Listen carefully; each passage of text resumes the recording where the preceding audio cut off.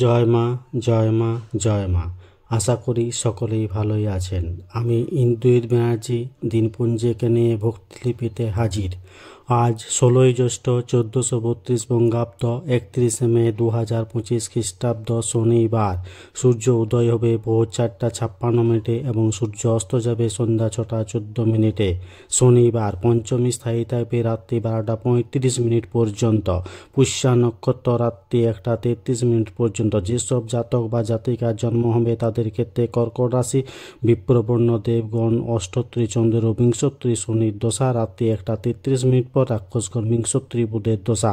আজকে কোনো ব্যক্তির মৃত্যু হলে একপাত দোষ। আজকের দিনে ভ্রমণ না করাই ভালো।